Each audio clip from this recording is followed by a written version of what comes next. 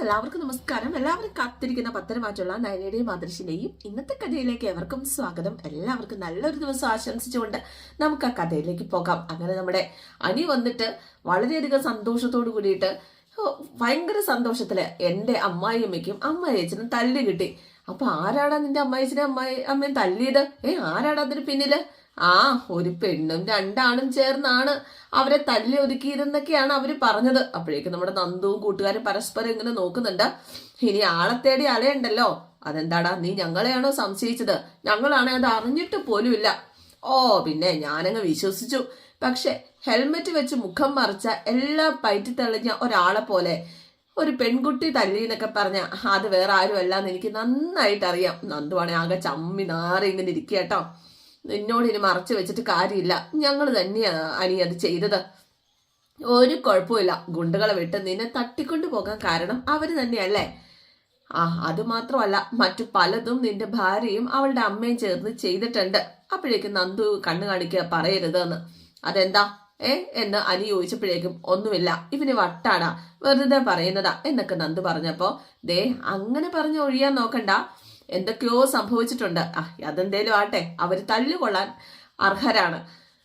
എന്റെ വല്യമ്മയെ ഹോസ്പിറ്റലിൽ കിടത്തിയത് പോലും അവരാണോ, അവർ അതിന് പിന്നിൽ പോലും അവരാണോ എന്ന് എനിക്ക് സംശയമുണ്ട്.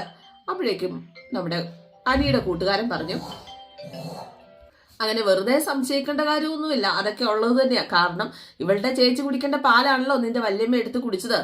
നിന്റെ അമ്മായിച്ചനും അമ്മായിമ്മയ്ക്ക് എങ്ങനെ ഉണ്ട്? രണ്ടെണ്ണം ഹോസ്പിറ്റലിൽ നിന്ന് ഡിസ്ചാർജ് ആയി, നല്ല പരിക്കുണ്ട്. ശരീരം സാമാന്യം തരക്കേടില്ലാത്ത രീതിയിൽ തന്നെയാ അനി ഞങ്ങളെ ചതച്ചത്. പുറമേ ഉള്ള മുറിവിനേക്കാൾ കൂടുതൽ ഉള്ളിലായിരിക്കും എന്ന് നന്ദു പറഞ്ഞപ്പോ കുറച്ചു ദിവസം കിടക്കട്ടെ, അമ്മയ്ക്ക് വെച്ചിട്ട് മോള് പോയി കൂട്ടിരിക്കട്ടെ. എന്തായാലും ഹെവി ആയിട്ട് തന്നെ ആയിക്കോട്ടെ. ഇന്നത്തെ ദിവസം ചെലവ് ഞാൻ ചെയ്തോളാം. അതെന്താടാ, അമ്മായിയമ്മയ്ക്കും അമ്മായിയച്ഛനും തല്ല് കിട്ടിയതിന്റെ ചെലവാണോ? അല്ല, അതെ, അവരർഹിക്കുന്നുണ്ട്, അതുകൊണ്ട് തന്നെയാണ് ചെയ്യുന്നത്. അവൾ എന്റെ ഭാര്യയാണെന്ന് ഇതുവരെ ഞാൻ കരുതിയിട്ടില്ല. അപ്പൊ പിന്നെ എന്റെ അമ്മായിയച്ഛനും അമ്മായിമ്മയൊന്നും അവരെ ആക്കേണ്ട കാര്യമൊന്നുമില്ല. അവസാനം കറങ്ങി തിരിഞ്ഞ് നിങ്ങൾ രണ്ടുപേരും തന്നെ അടുക്കുവോ എന്ന് കൂട്ടുകാരന്മാർ ഇങ്ങനെ ചോദിച്ചപ്പോഴേക്കും പെട്ടെന്ന് നന്ദു അനിയും കൂടെ പരസ്പരം ഇങ്ങനെ നോക്കുകയാണ് കേട്ടോ. എങ്ങനെ? അല്ല, നിങ്ങൾ രണ്ടുപേരും ഒന്നിക്കുമോ എന്നാ ചോദിച്ചത്. ഞങ്ങളുടെയൊക്കെ ആഗ്രഹം അതാണേ. നന്ദു പറഞ്ഞു, എന്താ എനിക്ക് ചോദിക്കുന്നത്? അങ്ങനെയൊന്നും സംഭവിക്കൊന്നുമില്ല. പക്ഷെ അങ്ങനെ ഒരു ഉറപ്പിച്ചൊരു ഉത്തരം പറയാനായിട്ട് നമ്മുടെ അനിക്ക് പറ്റുന്നില്ല കേട്ടോ. അനി പുഞ്ചിരിയോട് കൂടി നന്ദുവിനെ ഇങ്ങനെ നോക്കുക. നന്ദു പതുക്കെ ഒന്ന് ചിരിച്ചു കാണിച്ചു. പിന്നെ കാണിക്കുന്നത് നവ്യാണ്. നവ്യ മുടിയൊക്കെ ചീകിക്കൊണ്ട് ഇങ്ങനെ ഇരിക്കുക. അപ്പോഴാണ് നയന മുറിക്ക് പുറത്തുകൂടെ പോകുന്നത്. ഇങ്ങ് വന്നേ നയനെ, ഈ വീട്ടിലൊരു ഇളയ തമ്പുരാട്ടി ഉണ്ടല്ലോ. അവസാനം കയറി വന്ന മരുമോള്. അവളുടെ അച്ഛനും അമ്മയ്ക്ക് ഇന്നലെ രാത്രി ഇരുട്ടടി കിട്ടി, രണ്ടെണ്ണത്തിനെ തല്ലി ഒതുക്കിയെന്നാ കേട്ടത്. ആര്? കരാട്ടയില് ബ്ലാക്ക് ബെൽറ്റുള്ള ഒരു കളരിക്കാരിയാ. നന്ദുവോ? അവളും അവളുടെ കൂട്ടുകാരും ചേർന്ന് ഇന്നലെ രാത്രി മതില് ചാടി രണ്ടെണ്ണത്തിനെ ചവിട്ടി കൂട്ടിയെന്നാ പറഞ്ഞത്. ഈശ്വര, ഇതെങ്ങനെ കേസായാലോ? കേസായാൽ നമ്മളും തിരിച്ച് കേസ് കൊടുക്കും. നിന്റെ അമ്മായിയമ്മയെ കൊണ്ട് തന്നെ നമ്മൾ കൊടുപ്പിക്കും. നീ കാച്ചി വെച്ച് കാലില് വിഷം കലർത്തിയത് അവളും അവളുടെ അമ്മയും കൂടെ ചേർന്നല്ലേ. അത്രയും വലിയ തെറ്റൊന്നും അല്ലല്ലോ നന്ദു ചെയ്തത്. അതുമാത്രമാണോ, അവളുടെ അച്ഛനയച്ച ഗുണ്ടകളല്ലേ തട്ടിക്കൊണ്ടുപോയി ഗോഡൌണിൽ കെട്ടിയിട്ടത്? അതിനെല്ലാം കൂടി ഒരുമിച്ച് കൊടുത്തതാ, മുതലും പലിശയും കൂടെ കൂട്ടിയിട്ട്. അവളെ ചേച്ചിയാണോ ചൂടാക്കിയത്? അതെ, അവളോട് ഞാൻ നടന്ന കാര്യങ്ങളൊക്കെ പറഞ്ഞു. അപ്പൊ തന്നെ എനിക്ക് തോന്നിയായിരുന്നു അവൾ ഇങ്ങനെയൊക്കെ ചെയ്യുന്നു. അനി അറിഞ്ഞാലും ചെയ്തത് നന്നായി എന്ന് മാത്രമേ പറയുള്ളൂ. എന്തായാലും അവൾ തല്ലെങ്കിൽ നല്ല പരിക്കുണ്ടായി കാണും എന്ന് നയന പറഞ്ഞപ്പോ എല്ലാം ഒടിഞ്ഞു കാണും. കിടിലനിടിയല്ലേ നന്ദുവിൻ്റെത്, മേല് നോവണം. അപ്പം വെറുതെ അവളെ തിളപ്പിക്കല്ലോ കേട്ടോ. ഒന്ന് അനാമിക വന്നെന്നെ പിടിച്ചു തള്ളേന്റെ ദേഷ്യം അന്ന് ഇപ്പോഴും ഉണ്ട് നന്ദുവിന്. ആ ദേഷ്യം നന്ദുവിന് മാത്രമല്ല എനിക്കും ഉണ്ട്. അപ്പൊ അതിന് പകരമായിട്ട് അനാമികിട്ട് കൊടുത്തതല്ലേ? അല്ല, നീ ഓപ്പറേഷൻ കഴിഞ്ഞൊരു പെൺകുട്ടിയല്ലേ? നിന്നോട് അങ്ങനെയൊക്കെ ചെയ്താൽ ആർക്കെങ്കിലും സഹിക്കുവോ? എന്തായാലും അനാമികയെ വളർത്തി വഷളാക്കിയവർക്കാണ് നല്ല ഭേഷായിട്ട് നമ്മുടെ നന്ദു കൊടുത്തത്. ഒരു തരത്തിലും ജീവിക്കാൻ സമ്മതിച്ചില്ലെങ്കിൽ ഇങ്ങനെ തന്നെ വേണം. അപ്പൊ അവര് ഹോസ്പിറ്റലിലാണോ? അതൊന്നും എനിക്കറിയാൻ പാടില്ല. ഡിസ്ചാർജ് ആയാലും ഏതെങ്കിലും ഒരു നല്ല വൈദ്യനെ കണ്ട് കിഴിയിടേണ്ടി വരും. ഇടയ്ക്ക് നമുക്കൊന്ന് പോയി കാണണം കേട്ടോ. അപ്പൊ നയന് പറഞ്ഞു, വേണ്ട, അങ്ങനെ മറ്റുള്ളവരുടെ വേദന കണ്ട് ആസ്വദിക്കുന്നത് നല്ലതൊന്നും അല്ല. ഓ എനിക്കൊന്ന് പോണമെന്നുണ്ട്, അതുപോലെ ആയിരുന്നില്ലേ അവളുടെ അഹങ്കാരം എന്ന് പറഞ്ഞ് നവ്യ ഭയങ്കര സന്തോഷത്തിലാ. നയനയാണ് ഈശ്വര ഇതിന്റെ പേരിൽ എന്തെങ്കിലും പ്രശ്നം ഉണ്ടാകുമോന്നൊരു പേടിയുണ്ട്. പിന്നെ കാണിക്കുന്നത് നമ്മുടെ ജയനാണ്. ജയന്റെ അരികിലേക്ക് ദേവയാനി ചെല്ല. അതെ എനിക്കൊരു സ്വസ്ഥത വേണം, എനിക്ക് ഫ്രീ ആയിട്ട് ഇവിടെയൊക്കെ നടക്കണം എന്നൊക്കെ ദേവയാനി പറഞ്ഞപ്പോ അതെന്താ പറ്റിയത്? നിനക്ക് നടക്കാൻ പാടില്ലേ? അതെ അതിന് അവളൊരു തടസ്സമാ. ആര്? അവള് തന്നെ, ആ നയന. നയനെ നീ തന്നെയല്ലേ പോയി കൂട്ടിക്കൊണ്ട് വന്നത്? അതെനിക്ക് പറ്റിയൊരു അബദ്ധമാണല്ലോ. അതേപ്പറ്റി ഇനി പറയാതിരിക്കുകയല്ലേ ഭേദം. എന്നെ പൊന്നു ദേവയാനി, നിന്റെ സ്വഭാവം എനിക്ക് മനസ്സിലാവുന്നില്ല കേട്ടോ. അല്ല നമ്മുടെ മോൻ ഏതു നേരം അവളെ ഓർത്തോണ്ടിരിക്കല്ലേ? അവനാണെങ്കിൽ ഉറക്കവും ഇല്ല ഊണുമില്ല. അങ്ങനെയല്ലേ ഞാൻ വിളിച്ചോണ്ട് വന്നത്. അവൻ കഴിച്ചില്ലെങ്കിൽ എനിക്ക് കഴിക്കാൻ പറ്റുമോ? നീ എന്താ ഈ വളഞ്ഞു മൂക്കെ പിടിക്കാനായിട്ട് പോകുന്നത്? കാര്യം പറ. അല്ല ഞാൻ എന്ത് ഭക്ഷണം വേണേലും ഉണ്ടായിക്കോളാം, എനിക്ക് ഒരു മടിയില്ല. പക്ഷെ ഞാൻ അടുക്കള കയറുമ്പോ എന്റെ കൂടെ അവള് കയറാൻ പാടില്ല. അത് കയറണ്ടാന്ന് നീ അങ്ങ് പറഞ്ഞാ പോരെ? ഓ പറഞ്ഞാലൊന്നും അവള് കേൾക്കൊന്നുമില്ല, അതാ അവളുടെ സ്വഭാവം. അപ്പൊ നീ ഇനിയിപ്പോ എന്താ പറയാൻ പോകുന്നത്? അല്ല നമ്മുടെ മോള് പോകുമ്പോ അവളും കൂടെ പൊക്കോട്ടെ. എങ്ങോട്ട്? അല്ല നമ്മുടെ മോൻ എങ്ങോട്ടാ പോകുന്നത്? നമ്മുടെ ഓഫീസിലേക്കല്ലേ. അവള് വലിയ ഡിസൈനർ ആണെന്നല്ലേ എല്ലാരും പറയുന്നത്. പിന്നെ ഞാൻ എന്തിനാ അവള് വീട്ടിനകത്ത് ഇങ്ങനെ തളച്ചിടാനായിട്ട് നിൽക്കുന്നത്? അവള് പോയി ഡിസൈൻ ചെയ്യട്ടെ, അല്ലാതെ ഇപ്പൊ ഞാൻ എന്താ ചെയ്യുക? എന്തെങ്കിലുമൊക്കെ വരച്ചും കുറിച്ചും അവൾ അങ്ങോട്ട് പേരെടുക്കട്ടെ. ഓഹോ ഞാനൊരു കാര്യം പറയാം. ഇപ്പോ നയനയോട് പോകാൻ പറഞ്ഞിട്ട് അവസാനം 2 ദിവസം കഴിയുമ്പോ പോകണ്ടെന്ന് പറഞ്ഞേക്കരുത് കേട്ടോ. ഞാൻ ഒരിക്കലും പറയില്ല. അവളുടെ പ്രസൻസ് ആണ് എന്റെ പ്രശ്നം. അവള് രാവിലെ പോയി കഴിഞ്ഞാൽ പിന്നെ വൈകിട്ട് വരെ എനിക്ക് കാണണ്ടല്ലോ. അത് മാത്രമൊന്നും അല്ല കേട്ടോ. അനന്തപുരിയിലെ മരുമകള് നല്ലൊരു ഡിസൈനറാണെന്ന് പലർക്കും അറിയാം. പിന്നെ ഞാനെന്തിനാ ഇവിടെ പിടിച്ച് കെട്ടിയിട്ടിരിക്കുന്നത്? അവളെ കുറിച്ച് എത്ര വാർത്തകളൊക്കെ വന്നതാ. അമ്മായിയമ്മ ശ്വാസം മുട്ടിക്കുന്നു, നാളെ കഥകൾ ഉണ്ടാക്കാനും ആൾക്കാരും മടിക്കില്ല. അങ്ങനെ ഒരു വാർത്ത ഉണ്ടാക്കണ്ട എന്താ ആവശ്യമുള്ളത്? അവള് പോയി ഡിസൈനർ ആവട്ടെ, അതാ നമ്മുടെ മോനും ഇഷ്ടം. അത് പിന്നെ പറയേണ്ട കാര്യമുണ്ടോ? നയനയ്ക്ക് ഡിസൈനറായിട്ട് ജോലി കൊടുക്കണമെന്ന് ഇവിടെ എല്ലാവർക്കും ആഗ്രഹമുണ്ട്. എന്റെയും അച്ഛന്റെയും അമ്മയുടെയും ഒക്കെ അഭിപ്രായം അത് തന്നെയാ. അത് തന്നെയാ ഞാൻ പറഞ്ഞത്. നിങ്ങളുടെ ഒന്നും ഇഷ്ടത്തിന് ഞാൻ എതിര് നിൽക്കുന്നില്ല. ആദർശന് അവളെ ഏത് നേരം കാണുകയും ചെയ്യാലോ. പോട്ടേനെ അവളുടെ സാലറി നിശ്ചയിച്ചോ. അപ്പൊ അങ്ങനെ വന്നാൽ തന്നെ മോൻ സാലറി ഒന്നും മേടിക്കത്തില്ല. മോള് സാലറി ഒന്നും മേടിക്കത്തില്ല. എന്തിനാണ് അവൾക്ക് സാലറി കൊടുക്കാതിരിക്കുന്നത്? അർഹിക്കുന്ന പ്രതിഫലം കൊടുക്കണം. ഫ്രീ സർവീസ് ഒന്നും ആവശ്യമില്ല. ഇത് നീ മോനോട് പറഞ്ഞോ? ഇല്ല, ജയേട്ടൻ തന്നെ പറഞ്ഞാ മതി. അല്ല എന്ന് മുതലാണ് എന്റെ മോള് ജോയിൻ ചെയ്യേണ്ടത്? ഇന്ന് തന്നെ ജോയിൻ ചെയ്തോട്ടെ. രാവിലെ ആദർശ് പോകുമ്പോ അവന്റെ ഒപ്പം പൊക്കോട്ടെ. ഇന്ന് മുതൽ എനിക്കൊരു ആശ്വാസം കിട്ടൂലോ. എന്തായാലും ജയന് സന്തോഷമായി. ശരി ശരി എന്നും പറഞ്ഞുകൊണ്ട് ജയൻ ആദർശിന്റെ അരികിലേക്ക് ചെല്ലാണ്. ദേവേനി മനസ്സിലിങ്ങനെ ഓർക്കുക, തന്റെ മകൾ ഒരുപാട് ഉയരങ്ങളിലേക്ക് പോണം. എന്തായാലും ആദർശ് ലാപ്പിലെ വർക്കൊക്കെ ചെയ്ത് ഹോളിലിങ്ങനെ ഇരിക്കുക. അപ്പൊ നയന ചായയൊക്കെ ആയിട്ട് വന്നു കേട്ടോ. ആദർശേട്ടാ ചൂട് കുറച്ച് കൂടുതലാട്ടോ. എന്റെ വാ പൊള്ളിക്കാനല്ലേ നിന്റെ പരിപാടി? കുറച്ച് പൊള്ളട്ടെ, കയ്യിലിരിപ്പതല്ലേ. അപ്പൊ ജയൻ വന്നു. എന്നിട്ട് പറഞ്ഞു, അതേ ഒരു ഗുഡ് ന്യൂസ് ഉണ്ട്. ഇനി നിങ്ങൾക്ക് തമ്മിൽ പിരിയേണ്ടി വരില്ല. അതെന്താ അങ്ങനെ? അതെ ഇനി നിങ്ങൾക്ക് തമ്മിൽ പകല് പോലും പിരിയേണ്ടി വരില്ല. ഓഫീസിൽ പോകുമ്പോഴും നിനക്ക് നിന്റെ ഭാര്യയെ കണ്ടോണ്ടിരിക്കാം. മനസ്സിലാവാതെ നയനയും ആദർശം നോക്കുക കേട്ടോ. എന്താച്ചാ പകൽ സമയത്ത് വീട്ടിൽ നിന്നും മോൾക്കൊരു ശാപമോക്ഷം കിട്ടി. നമ്മുടെ ജ്വല്ലറിയിലെ മെയിൻ ഡിസൈനർ ആയിട്ട് മോളെ നിയമിക്കാനായിട്ട് പോവാ. ആര്? അച്ഛന്റെ തീരുമാനമാണോ? അമ്മ ഇതേപ്പറ്റി വല്ലതും പറഞ്ഞോ? ഇത് അമ്മയുടെ തീരുമാനം തന്നെയാ. അന്തം വിട്ടുപോയിട്ടോ നയന. അമ്മയാ പറഞ്ഞേ നിനക്കൊപ്പം ഇനി അവളെ ഓഫീസിലേക്ക് വരട്ടേന്ന്. ഇത് ഏപ്രിൽ ഫോളൊന്നും അല്ലല്ലോ അല്ലേ? എനിക്ക് വിശ്വസിക്കാൻ പറ്റുന്നില്ല എന്ന് നയനെ ആദർശം പറഞ്ഞു. എനിക്കും ആദ്യം വിശ്വാസമായില്ല. പിന്നെ കുറെ നാളായില്ലേ അച്ഛനും അമ്മയും ഇതേക്കുറിച്ച് പറയുന്നത്. അമ്മ അതുകൊണ്ടായിരിക്കും അങ്ങനെ പറഞ്ഞത്. പിന്നെ മോള് വീട്ടുജോലി ഒന്നും ചെയ്യുന്നൊന്നും ഇല്ലല്ലോ. അപ്പൊ പിന്നെ അയ്യോ ഞാൻ അല്ല ചെയ്യിക്കുന്നില്ല ദേവയാനി. അവൾക്ക് തോന്നി കാണും മോൾ ഇവിടെ വെറുതെ ഇരിക്കുന്നതിലും നല്ലത് കമ്പനി പോകുന്നതായിരിക്കുമെന്ന്. അപ്പൊ ദേവയാനി അങ്ങോട്ടേക്ക് വന്നു കേട്ടോ. ദേവയാനി വന്നിട്ട് പറഞ്ഞു, ജേട്ടൻ കാര്യം പറഞ്ഞോ? അമ്മ പൂർണ്ണ മനസ്സോടെ തന്നെ പറഞ്ഞതാണോ? അതെ, വേറൊന്നും കൊണ്ടല്ല. അത്രോ സമയം എനിക്ക് ഇവളുടെ മുഖം കാണണ്ടല്ലോ. അത് കേട്ടപ്പോ നയനയുടെ മുഖം അങ്ങ് മങ്ങി. നിനക്കൊപ്പം ഇവള് വന്നാ പിന്നെ പകൽ സമയത്ത് ഞാൻ ഫ്രീ ആണല്ലോ. ഓ അത് ശരി.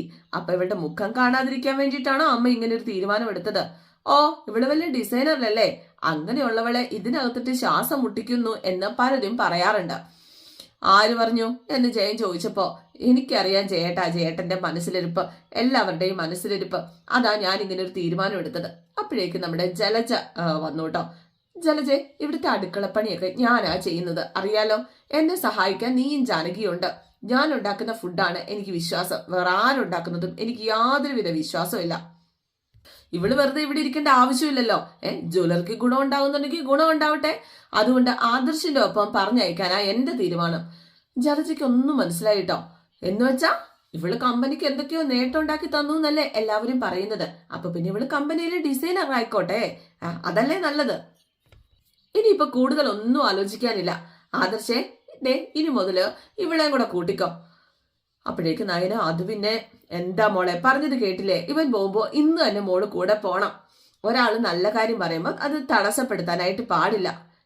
അനന്തപുരിയിലെ പെണ്ണുങ്ങൾ ഇങ്ങനെ പുറത്തു പോയി ജോലി ചെയ്യാറില്ലല്ലോ.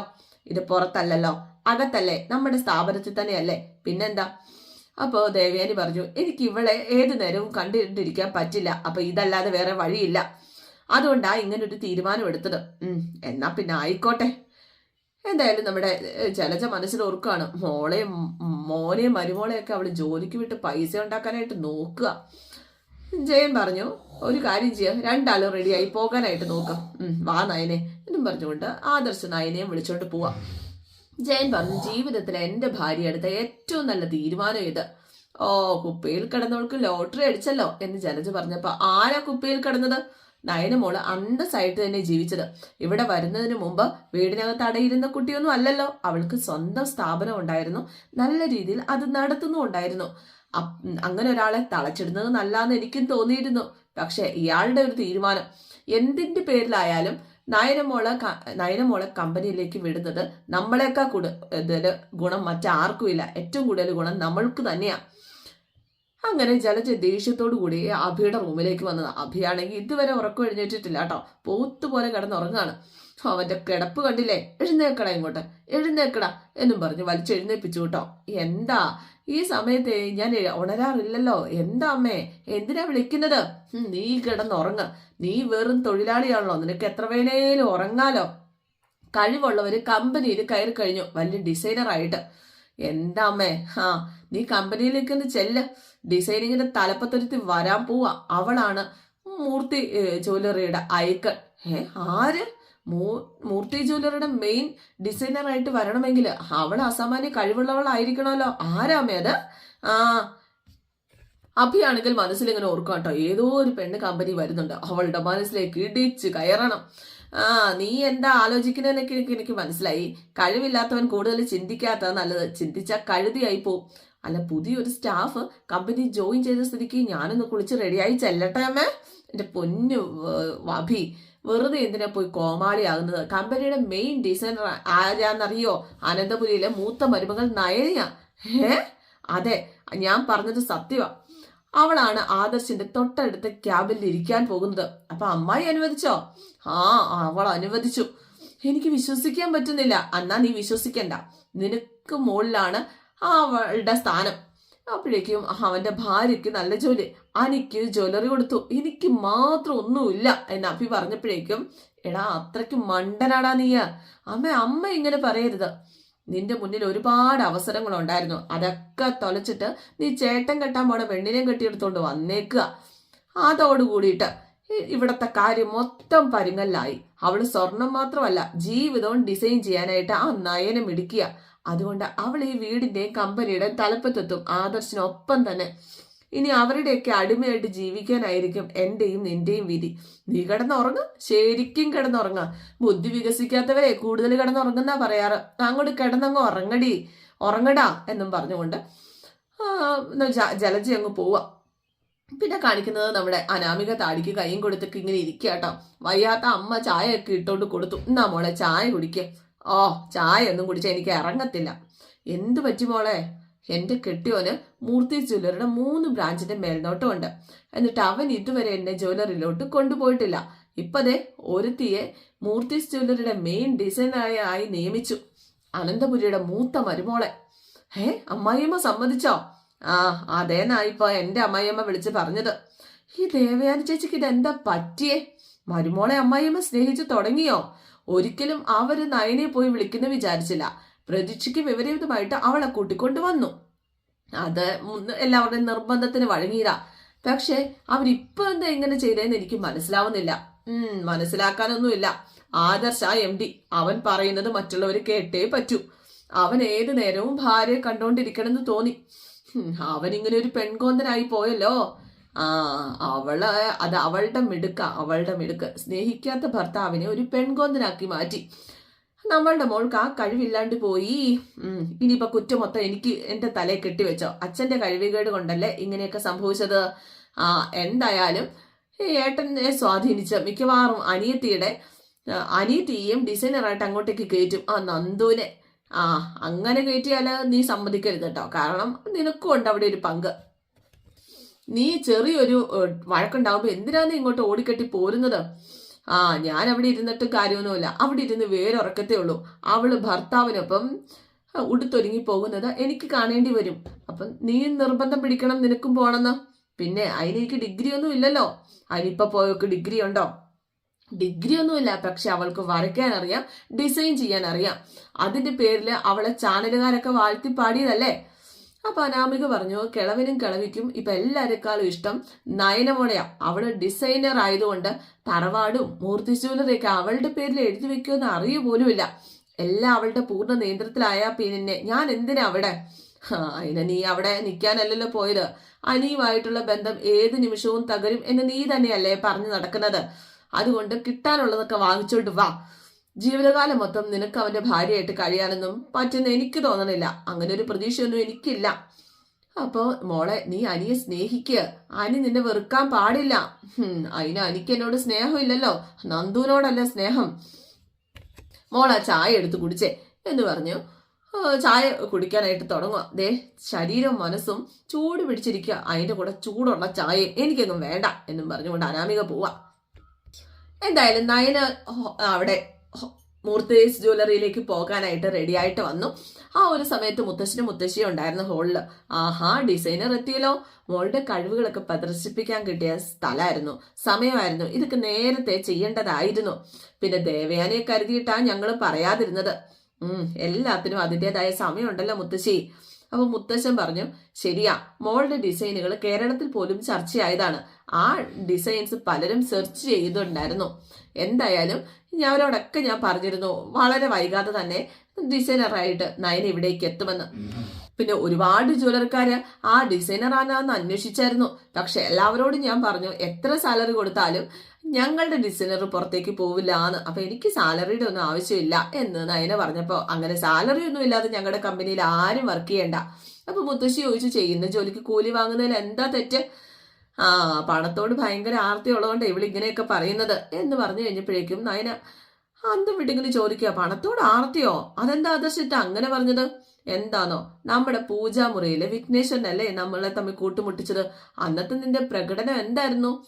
വിഘ്നേശ്വരനെ മോടി പിടിപ്പിച്ചതിന് ഇവള് കണക്ക് പറഞ്ഞല്ലേ നമ്മുടെ അതിന്റെ പൈസ മേടിച്ചത്. മോളുടെ ആ സ്വഭാവം തന്നെയാ ഞങ്ങൾക്ക് ഇഷ്ടം. ചെയ്യുന്ന ജോലി ആത്മാർത്ഥമായിട്ട് ചെയ്യണം, അതിന് കൃത്യമായിട്ടുള്ള പൈസയും കൈപ്പറ്റണം.